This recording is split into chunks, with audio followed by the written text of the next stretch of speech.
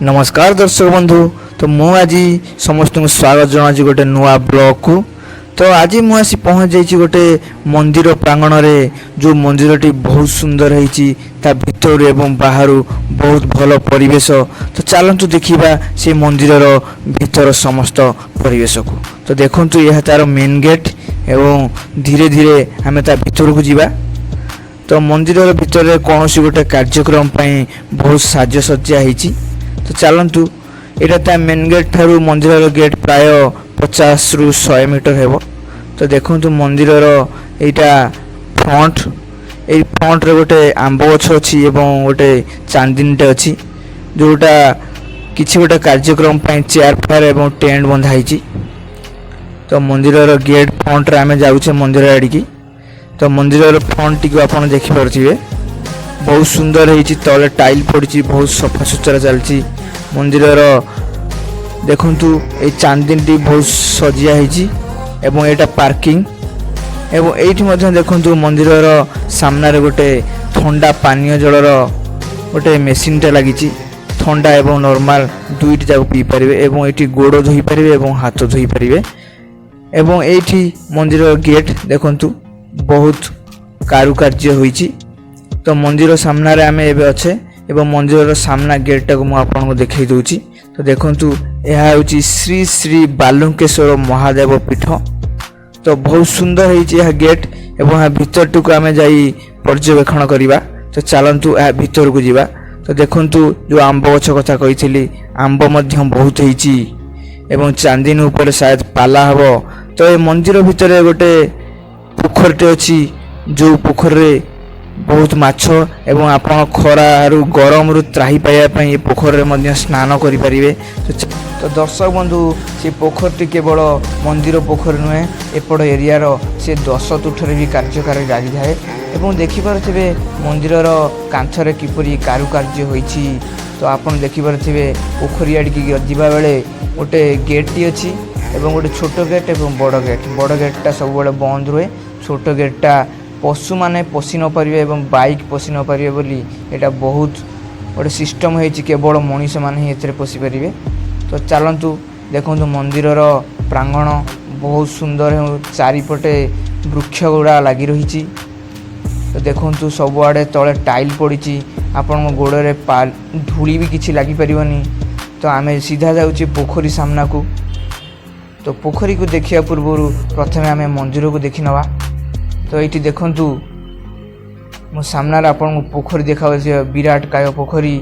तो एपटे right side रे गोटे हनुमान को मंदिर एवं लेफ्ट साइड रे गोटे शिव को मंदिर एवं राधाकृष्ण को मंदिर। तो चलतु आम प्रथम हनुमान को मंदिर को दर्शन कर नवा। तो प्रथम आम जीवा हनुमान को मंदिर। देखु मंदिर प्रांगण में केवल गछ एवं डस्टबिन भी रखाई। ये गोटे देखु दोल मंडपटे अच्छी, दोल विमानटे। तो हनुमान को दर्शन करवा। तो देखु या भीतर भी गोटे दोल विमान थुआई। देखु मार्बल फार्बल पड़ी पूरा चिकन, लोक भी दर्शन करने आसछन्ति। तो हनुमान को मंदिर आपन को हनुमान को मूर्ति देखा जी छाती फाड़ी की श्री राम लक्ष्मण सीता को देखते।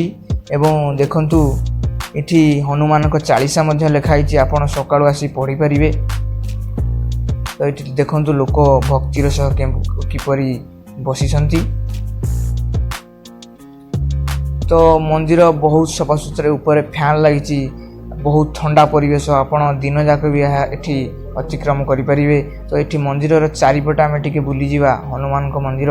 तो हनुमान को मंदिर चारिपटे कौन अच्छी देखी नवा। चारिपटे टाइल पड़ी, ये गोटे हनुमान को मूर्ति अच्छी। तो देखु मंदिर चारिपाख वृक्ष परिपूर्ण, सबुज पूरा ग्रीनिश भली लगुच।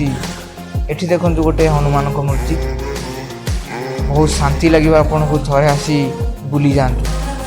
देखु मंदिर चारिपाखे हनुमान को मूर्ति, बहुत सुंदर जगहटीए, आपन थरे आसी बुली जातु। तो चलतु आम एवं हनुमान मंदिर बुला कार्यक्रम सरला। एवं टिके बाहर को जीवा सेपटे शिव मंदिर आड़े। तो सेपटे मु पशिली एवं एपटे बाहर भी ये देखु गोटे एठी हंस गुड़ाक रुहति हंस 6-7टा अच्छा यहाँ हूँ हंसर घर तो हंस मान ये रुहति हनुमान मंदिर साइड रे हंसर घरटा चलतु किछ समय पर हंस भी देखईदेवी यहाँ हूँ दोल विमान तो हंस मैंने ये रुहति और यूटू बाहर की पोखरी को जाती तो ये हंस मैंने खियापिया करती तो चलतु आम ए शिव मंदिर आड़े जा